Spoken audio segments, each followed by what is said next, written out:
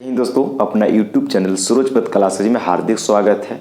जिस तरह से आप लोगों ने 5 चैप्टर को पढ़ा, ऑब्जेक्टिव, वास्तविक संख्या, बहुपद, दो चर वाले रैखिक समीकरण और फिर द्विघात समीकरण, और कल मैंने समाप्त किया था समांतर श्रेणी, जिसको एपी बोले थे शॉर्ट में।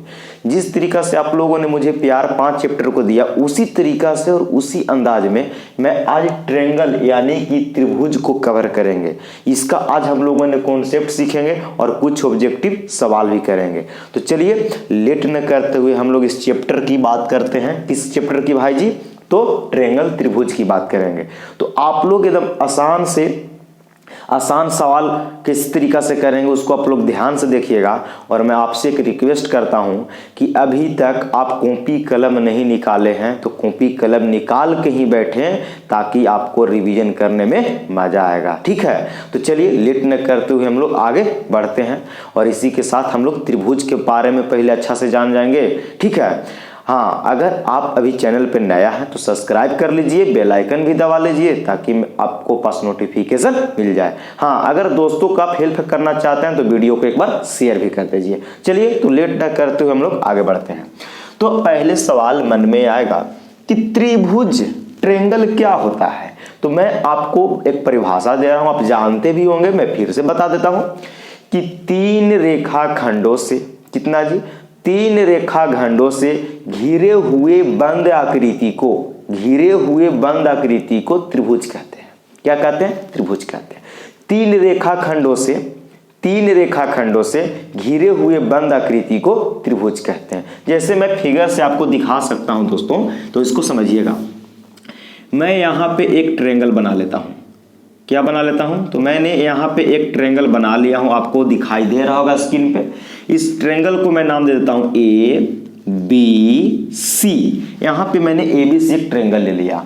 ठीक है, अब इसमें हम बात करते हैं, पहले भुजा की बात कर लेते हैं। तो एक त्रिभुज में कितने भुजा होती हैं? तो एक त्रिभुज में 3 भुजा होती है। कौन कौन? तो देखिए, AB एक भुजा है, AB भुजा होगा। अच्छा, AB हो गया तो फिर BC एक भुजा होगा, BC भुजा हो जाएगा, और एक CA बोलिए या AC बोलिए, AC एक भुजा है। तो एक त्रिभुज में कितनी भुजा होती है? तो 3, AB BC AC, ये 3 भुजा हो गई। 1 2 3 भुजा हो गए।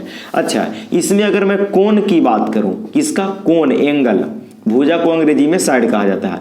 अगर मैं कोण की बात करूं तो देखिए, यहाँ पे कोण A बना, यहाँ पे कोण B बना, यहाँ पे कोण C बना, यानी कि 3 कोण भी होते हैं। कितने कोण होते हैं? तो 3 कोण। तो यहाँ पे कोण A, तो कोण को चिन्ह ऐसे सूचित सिंबल होता है, इसको हम लोग कोण A पढ़ेंगे। ठीक है, फिर यहाँ पे बना कोण B, तो इसको कोण B बोलेंगे। यहाँ पे बना कोण C, तो इसको कोण C बोलेंगे। एक त्रिभुज में 3 भुजा होती है और 3 कोण होते हैं। कोई दिक्कत किसी प्रकार के? नहीं जी, आगे बढ़ जाइए। अच्छा, इसमें शीर्ष कितने होते हैं जी? शीर्ष, तो शीर्ष देखिए कितने होते हैं? शीर्ष भी 3 होते हैं एक त्रिभुज में। देखिए, यहाँ पे एक त्रिभुज बना, देखिए 2 रेखाखंड जहां एक बिंदु पे मिलेगा ना, उभयनिष्ठ बिंदु, उसी को शीर्ष कहा जाता है। तो यहाँ से इस रेखा गया, यहाँ से इस रेखा गया, यहाँ पे जो मिला, यहाँ पे A जो होगा ना, A कहलाएगा शीर्ष। फिर यहाँ पे B पर भी हो रहा है तो B कहलाएगा शीर्ष, और यहाँ पर C भी है तो यहाँ पे C। तो यही मैं आप लोग को बेसिक समझा दिया थोड़ा सा। बोलिए, ABC एक त्रिभुज है जिसमें AB BC AC 3 भुजा हो गया। क्लियर हुआ? अच्छा, कोण तो E वाला कोण हो गया, 2 रेखाखंडों से घिरा हुआ कोण होता है। यहाँ पे भी हो गया, यहाँ पे भी। तो कोण A, कोण B और कोण C, 3 कोण हो गए। शीर्ष की बात कर दिए, वर्टेक्स, तो ABC, यहाँ पे 2 रेखाखंड आके मिलेगा, जहां कटान बिंदु होगा उसी को शीर्ष कहते हैं। तो इतना ही क्लियर हुआ। अब चलिए हम जो सवाल परीक्षा में पूछे जाते हैं उससे रिलेटेड हम लेके कॉन्सेप्ट की बात करेंगे। अच्छा, त्रिभुज के तीनों कोणों का योग मतलब जोड़ कितना होता है? आपको भली भांति पता होगा, 180 डिग्री होता है। त्रिभुज के तीनों कोणों का जोड़ 180 डिग्री होता है। क्लियर? तो चलिए लेट न करते हम अगला कॉन्सेप्ट पे सीखते हैं, इसको बात करेंगे। मैंने यहाँ पे एक पॉइंट जो लिया हूँ दोस्तों, उसको मैं समझाऊंगा, आप ध्यान से देखिएगा, पूरा बच्चा से इसको क्लियर करेंगे। मैंने यहाँ पे एक पॉइंट लिया हूँ आपको समझाने के लिए, सर्वांगसम आकृति। क्या? सर्वांगसम। अब आपको अगर जानते होंगे तो अच्छी बात है, आपका और रिवीजन हो जाएगा, नहीं जानते हैं आपको सिखा दूंगा। कहता कि सर्वांगसम किसे कहते हैं या सर्वांगसम आकृतियां किसे कहते हैं, तो समझिएगा इसका डिफिनीशन क्या है। सर्वांगसम, देखिए मैंने इसका क्या लिखा कि दो आकृतियां, कितने आकृतियां? दो। तो दो आकृतियां सर्वांगसम तब कही जाती है, दो आकृतियां सर्वांगसम तब कही जाती है जब उनके समान आकार, क्या जी? समान आकार तथा समान अमाप हो। देखिए जब दो आकृति सर्वांगसम तब कहेंगे जब उनके समान आकार होना चाहिए, आकार बराबर होना चाहिए, आकार बड़ा छोटा नहीं होना चाहिए। अच्छा, तथा समान अमाप, अमाप मतलब कि समान लंबाई होना चाहिए, लंबाई मतलब बड़ा छोटा नहीं होना चाहिए। जैसे हम कहें इसको डिफिनीशन इस तरीका भी सोचिए, यहां पे लिखे सर्वांगसम। क्या? सर्वांगसम। सर्वांगसम, देखिए यहां पे तीन शब्द हो रहा है, सर्वांगसम। देखिए मैं यहां पे तोड़ के इसको लिख रहा हूं, सर्वे, सर्वांगसम। क्या? सर्वांगसम, वांगसम।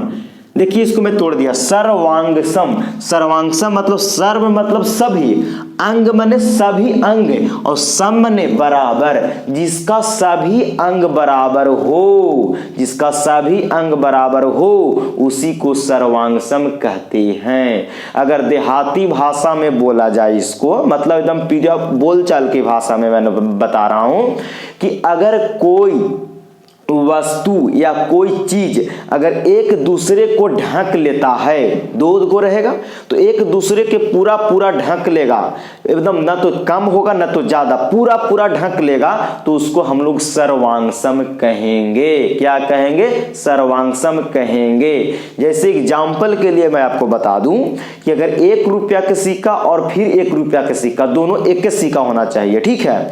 तो 1 रुपया का सिक्का 1 रुपया के सिक्का पर जब ऊपर नीचे कीजिएगा तो एक दूसरे को ढक लेगा, तो उसको हम लोग सर्वांगसम कहेंगे, ठीक है? जैसे एग्जाम्पल के लिए समझ सकते हैं, एग्जाम्पल के लिए कैसे समझिएगा उसको हम लोग समझिएगा।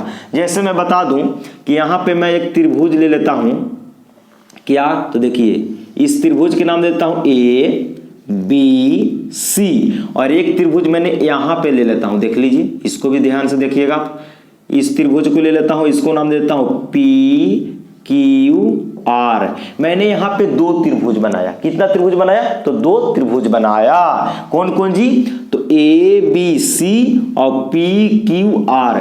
तो मैं बताऊं कि यहां पे दोनों त्रिभुज जो है, देखिए तो समान आकार के है, आकार तो त्रिभुज है, समान अमाप, ना तो त्रिभुज कोई बड़ा है ना तो त्रिभुज कोई छोटा है, मतलब कि समान आकार भी होना चाहिए, आकार एक जैसा होना चाहिए, समान, और इसका समान अमाप भी होना चाहिए, मानो बराबर होना चाहिए, बड़ा छोटा नहीं होना चाहिए। तो यहां पे हम इसको इस तरीका से लिखेंगे कि त्रिभुज, देखिए त्रिभुज के चिन्ह है, त्रिभुज लिखिए चाहे त्रिभुज के सिंबल दे दीजिए, त्रिभुज ABC, त्रिभुज ABC, और सर्वांगसम के चिन्ह कैसे होता है इसको समझिए, ऐसे होता है सर्वांगसम के चिन्ह, देखिए ऐसे, इसको हम लोग क्या पढ़ेंगे जी? सर्वांगसम, सर्वांगसम पढ़ेंगे, सर्वांगसम का चिन्ह हो गया। तो त्रिभुज ABC सर्वांगसम है त्रिभुज PQR के, तो त्रिभुज PQR के सर्वांगसम हो गया, त्रिभुज PQR के सर्वांगसम हो गया, कोई दिक्कत नहीं है। कैसे? क्योंकि ये त्रिभुज और ये त्रिभुज दोनों बराबर है, समान आकार का है, समान लंबाई का है, ना तो बड़ा है नहीं तो छोटा है, इसी को हम लोग सर्वांगसम कहते हैं।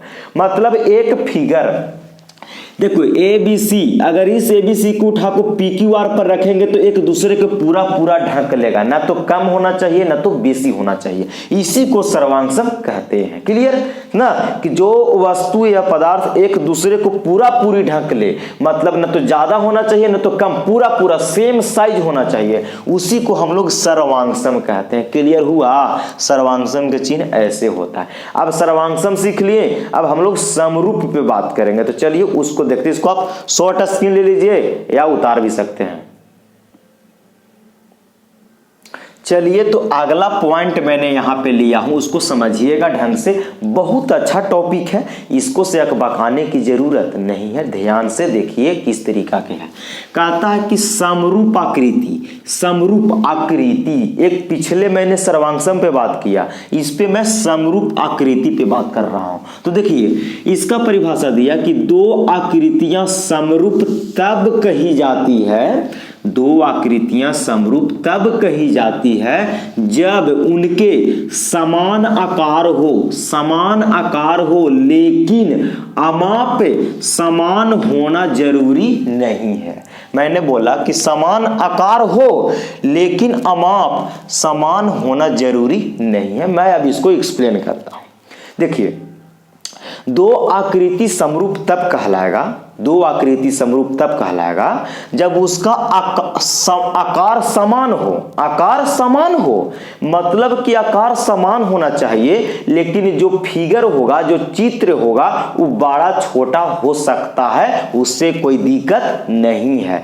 बराबर रहेगा तैयो या छोटा रहेगा तैयो, उससे कोई दिक्कत नहीं है। लेकिन आकार जैसे त्रिभुज है तो त्रिभुज होना चाहिए, बेशक त्रिभुज बड़ा छोटा हो लेकिन कोई दिक्कत नहीं है, लेकिन त्रिभुज है तो त्रिभुजे होना चाहिए, आयत है तो आयत ही होना चाहिए, वृत्त है तो वृत्ते होना चाहिए। बेशक त्रिभुज या वृत्त बड़ा छोटा हो सकता है लेकिन आकार समान होना चाहिए। त्रिभुज को त्रिभुजे से तुलना कर देंगे तो वो समरूप हो जाएगा, वृत्त को वृत्त से तुलना कर देंगे तो समरूप हो जाएगा। बेशक वृत्त बड़ा छोटा हो सकता है, त्रिभुज बड़ा छोटा हो सकता है, उससे कोई दिक्कत नहीं है। हो जाएगा तो भी समरूप बराबर हो जाएगा तो, और नहीं होगा तो भी समरूप कहेंगे। फिगर से समझने की प्रयास कीजिएगा।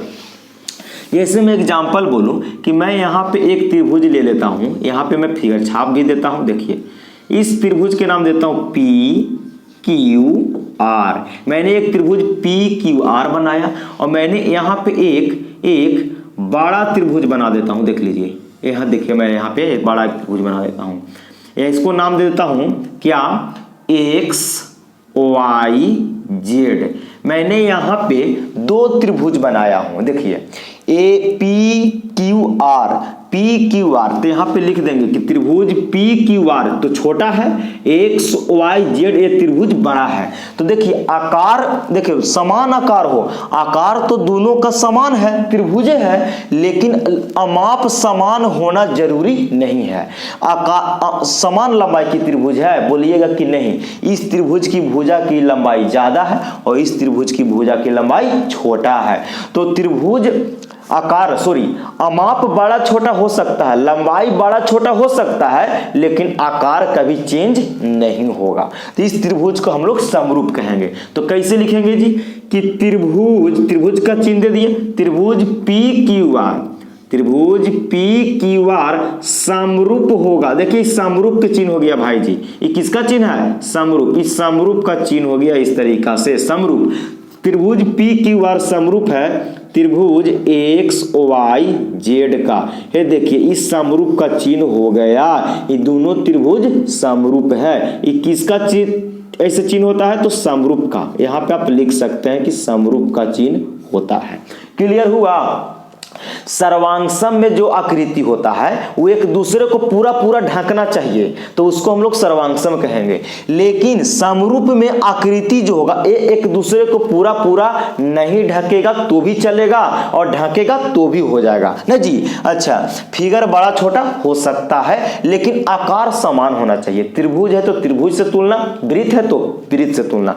अब यहां से आप थोड़ा सा निष्कर्ष निकाल सकते हैं कि अगर दो आकृति बराबर हो जाएगा पूरा पूरी तो सर्वांगसम हो जाएगा। अगर दो आकृति बड़ा छोटा भी हो जाए तो वो समरूप भी कहलाएगा। तो अगर बड़ा छोटा होगा तो समरूप कहला जाएगा, अगर दोनों फिगर बराबर हो जाए तो सर्वांगसम भी कहला जाएगा और समरूप भी कहला जाएगा। क्या कहला जाएगा? सर्वांगसम भी हो जाएगा बराबर होगा तो, है ना जी, और समरूप भी कहलाएगा। लेकिन समरूप वाला आकृति सर्वांगसम कभी नहीं हो सकता है। यहां से ये निष्कर्ष निकला, देख लिए, इन दोनों को हम समरूप कह सकते हैं लेकिन दोनों को सर्वांगसम नहीं कह सकते हैं। क्यों? क्योंकि जो PQR त्रिभुज है XYZ को पूरा पूरा नहीं ढकेगा तो इस सर्वांगसम नहीं कहलाएगा, समरूप कहलाएगा। अच्छा, तो सर्वांगसम वाला समरूप भी कहला जाएगा लेकिन समरूप वाला सर्वांगसम नहीं कहलाएगा। तो आप पहले इसको नोट कर लीजिए कॉपी में, और इसको हम अभी नोट में इस बात को लिखते हैं कि कौन क्या कहलाएगा और कौन क्या नहीं कहलाएगा। तो चलिए शॉर्ट स्क्रीन लीजिए या कॉपी पे वीडियो को रोक के लिखिए। चलिए तो आगे बढ़ते हैं। चलिए तो उस पॉइंट को मैंने आपको स्क्रीन पे लिख दिया। क्या लिखा जी? तो समझिए, सर्वांगसम आकृति समरूप होती है लेकिन समरूप आकृति सर्वांगसम नहीं होती है। मैंने आपको यही एक्सप्लेन किया कि सर्वांगसम आकृति समरूप कहलाएगा, सर्वांगसम आकृति समरूप होती है लेकिन समरूप आकृति सर्वांगसम नहीं होती है। क्यों? क्योंकि जो सर्वांगसम होगा वो एक दूसरे के पूरा ढक लेगा, है ना जी, और वो समरूप भी कहलाएगा। लेकिन समरूप में जो आकृति होता है वो बड़ा छोटा होता है, तो बड़ा छोटा होगा तो केवल समरूप कहलाएगा, लेकिन सर्वांगसम कैसे कहलाएगा जी?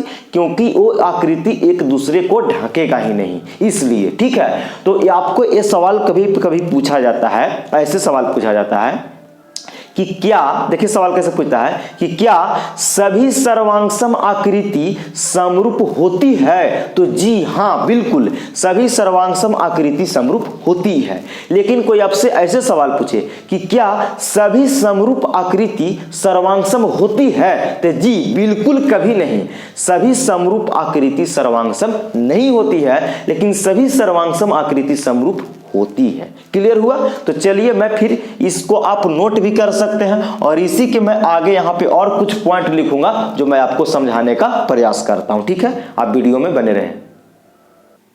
चलिए तो इस पॉइंट को समझिएगा, बहुत अच्छा पॉइंट। मैंने यहाँ पे 2 पॉइंट लिखा हूं जिसमें हम लोगों ने पहला पॉइंट को समझते हैं। पहला पॉइंट है कि एक ही त्रिज्या वृत्त सर्वांगसम होते हैं। अच्छा, समान भुजाओं वाले वर्ग सर्वांगसम होते हैं और समान भुजाओं वाले समबाहु त्रिभुज भी सर्वांगसम होता है। कहने का मीनिंग समझिए भाई जी, एक ही त्रिज्या वाले वृत्त, कहने का मतलब कि एक 5 सेंटीमीटर वाला त्रिज्या वाला वृत्त और एक और 5 सेंटीमीटर त्रिज्या वाला वृत्त ले लीजिए। 2 वृत्त लिए, कितना वृत्त जी? 2 वृत्त। देखिए मैं यहाँ पे फिगर से बताता हूँ। एक मैंने वृत्त बना, इस वृत्त की त्रिज्या मैंने 2 सेंटीमीटर माना और मैंने यहाँ पे एक और वृत्त बना लिया, इस वृत्त की भी त्रिज्या मैंने 2 सेंटीमीटर माना। यानी कि इस वृत्त की भी त्रिज्या 2, इस वृत्त की भी त्रिज्या 2, तो एक ही त्रिज्या के 2 वृत्त हो गए। तो एक ही त्रिज्या वाले वृत्त सर्वांगसम होते हैं। लेकिन अगर मैं बोलूं कि यहाँ पे सर्वांगसम होगा, लेकिन मैं अगर बोलूं आपसे कि यही फिगर में मैं अगर यहाँ पे इसका त्रिज्या मैं 3 कर देता हूं अब, तो इसकी त्रिज्या अब बराबर नहीं हुआ, इसलिए ये वृत्त दोनों सर्वांगसम नहीं होंगे। तो क्या होंगे फिर? समरूप कहलाएंगे। क्या कहलाएंगे? समरूप। जब वृत्त की त्रिज्या बराबर होगी ना तो सर्वांगसम होगा। उसी प्रकार इन्हें भी समझ सकते हैं आप एग्जाम्पल में, किस तरीका से उसको समझने की कोशिश कीजिएगा। देखिए कहता है किस तरीका से उसको समझने की प्रयास कीजिएगा। ठीक है, हाँ। फिर कहता है कि समान भुजाओं वाले वर्ग सर्वांगसम होते हैं। देखिए जिस वर्ग की सभी भुजा समान होना चाहिए। देखिए, समान भुजाओं वाले वर्ग सर्वांगसम होते हैं, भुजा बड़ा छोटा नहीं होना चाहिए। दो गो वर्ग तबे होगा सर्वांगसम जितना पहला वर्ग का भुजा की लंबाई होगा उतना ही दूसरा वर्ग की भी भुजा की लंबाई होगा, तब तो सर्वांगसम होगा। तीसरा बात, समान भुजाओं वाले समबाहु त्रिभुज, समबाहु त्रिभुज जिसकी तीनों भुजा आपस में बराबर हो। तो समबाहु त्रिभुज की अगर एक समबाहु त्रिभुज जितना लंबाई से बना है उतना अगर दूसरा भी समबाहु त्रिभुज उतना ही लंबाई लेके बनाते हैं तो भी दोनों समबाहु त्रिभुज सर्वांगसम होता है। क्लियर हुआ कि नहीं हुआ? मतलब मेनली रूप से जो फिगर एक दूसरे फिगर को ढक लेगा उसको हम लोग सर्वांगसम कह देंगे। अब यहां पे दूसरा पॉइंट समझिए, मैंने यहां पे बोला कि सभी वर्ग, सभी वृत्त और सभी समबाहु त्रिभुज समरूप होते हैं। देखिए मैंने यहां पे क्या बोला, यही ज्यादा ऑब्जेक्टिव में पूछे जाते हैं। बोलेगा कि सभी वर्ग कौची होते हैं, सर्वांगसम होते हैं, समरूप होते हैं, कि समरूप और सर्वांगसम दोनों होते हैं कि इनमें से कोई नहीं। तो वो देखिए सभी वर्ग बोला, सभी वर्ग तो सभी वर्ग समरूप होते हैं। क्यों?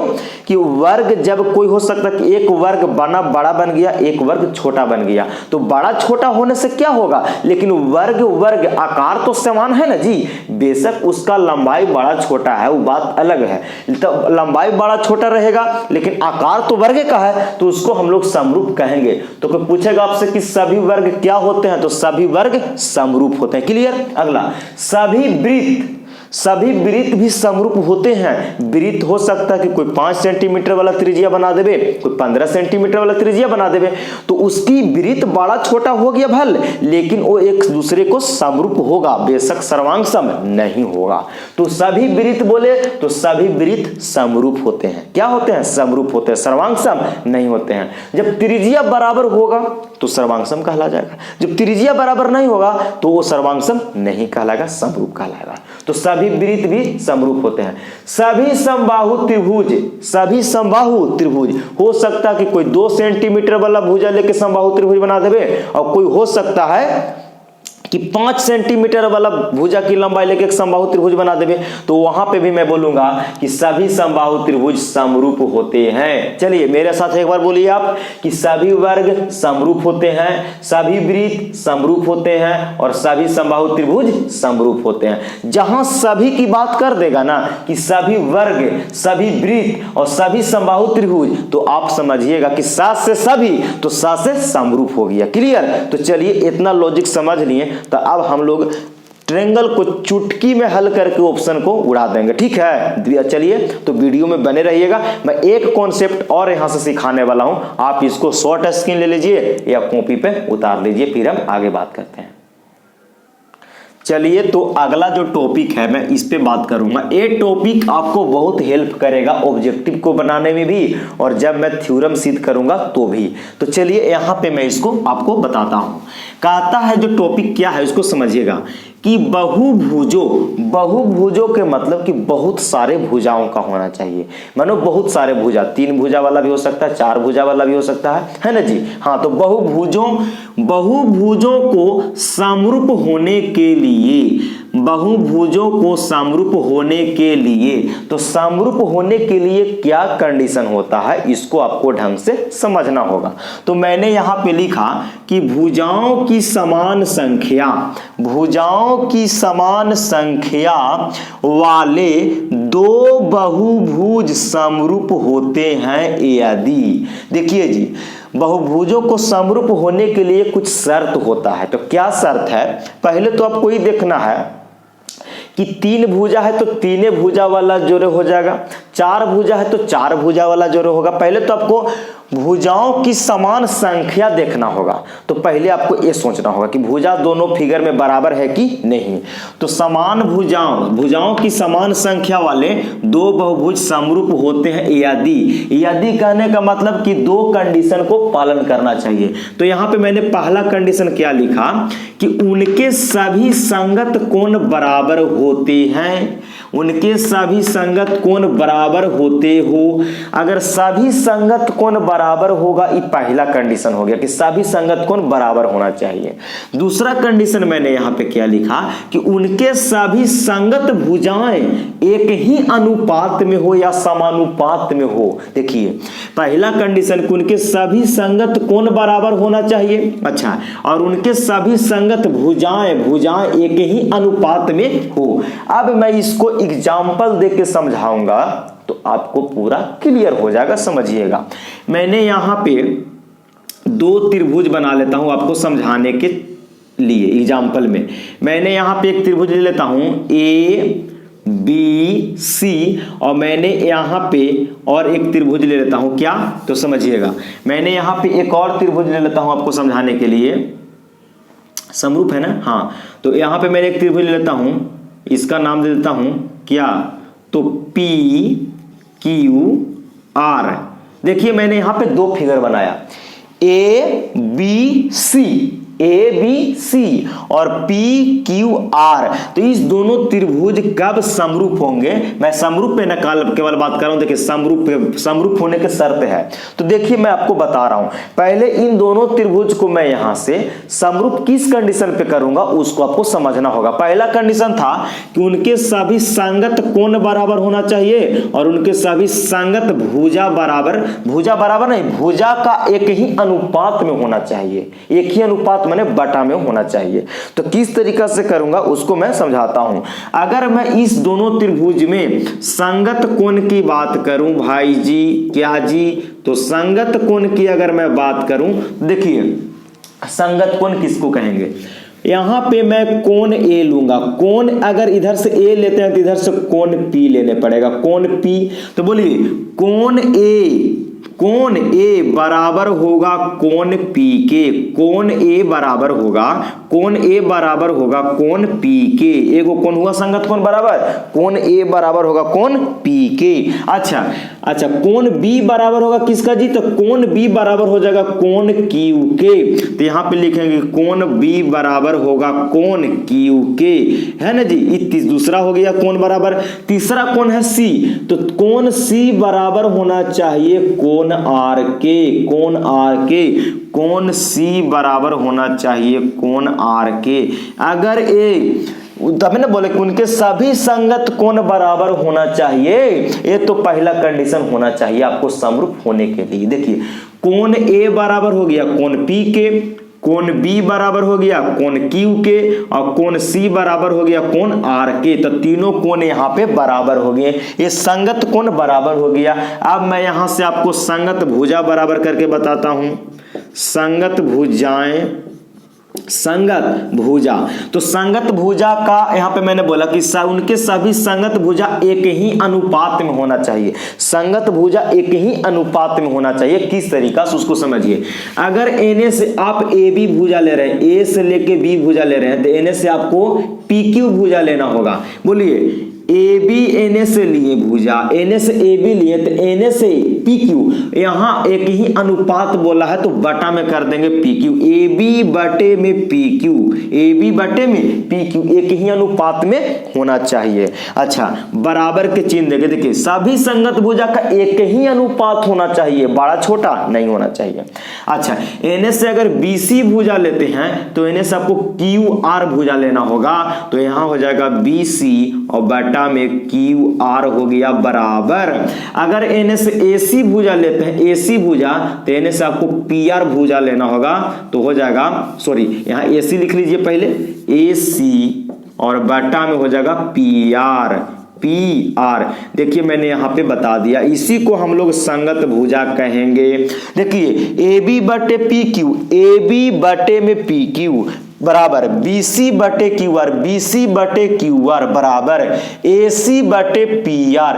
ये तीनों भुजा को जब हम अनुपात निकालेंगे, ये तीनों भुजा AB बटे PQ, BC बटे QR, AC बटे PR, तो तीनों भुजा का अनुपात जो आना चाहिए वो बराबर होना चाहिए। क्या होना चाहिए? बराबर होना चाहिए। देखिए तीनों कोण बराबर होना चाहिए, संगत कोण बराबर होना चाहिए, और संगत भुजा का अनुपात अगर वही बराबर आ गया तो आप उसको समरूप कह सकते हैं। क्या कह सकते हैं? समरूप बोल सकते हैं। यहां से ये आपका कॉन्सेप्ट पूरा जितना ऑब्जेक्टिव बताने वाला था मैंने आपको दे दिया। आप इसको शॉर्ट स्क्रीन भी ले सकते हैं या क्वेश्चन भी इसको आप कॉपी पे नोट कर सकते हैं कॉन्सेप्ट को। चलिए तो मैं यहां से आपको कुछ ऑब्जेक्टिव करवा देता हूं, क्लियर हो जाएगा। चलिए आइए क्वेश्चन नंबर ऑब्जेक्टिव पहला सवाल यहाँ पे मैं शुरू करता हूँ आपको स्क्रीन पे, और ये भाई साहब 2021 में पूछा भी गया है। देखिए किस तरीका का सवाल है।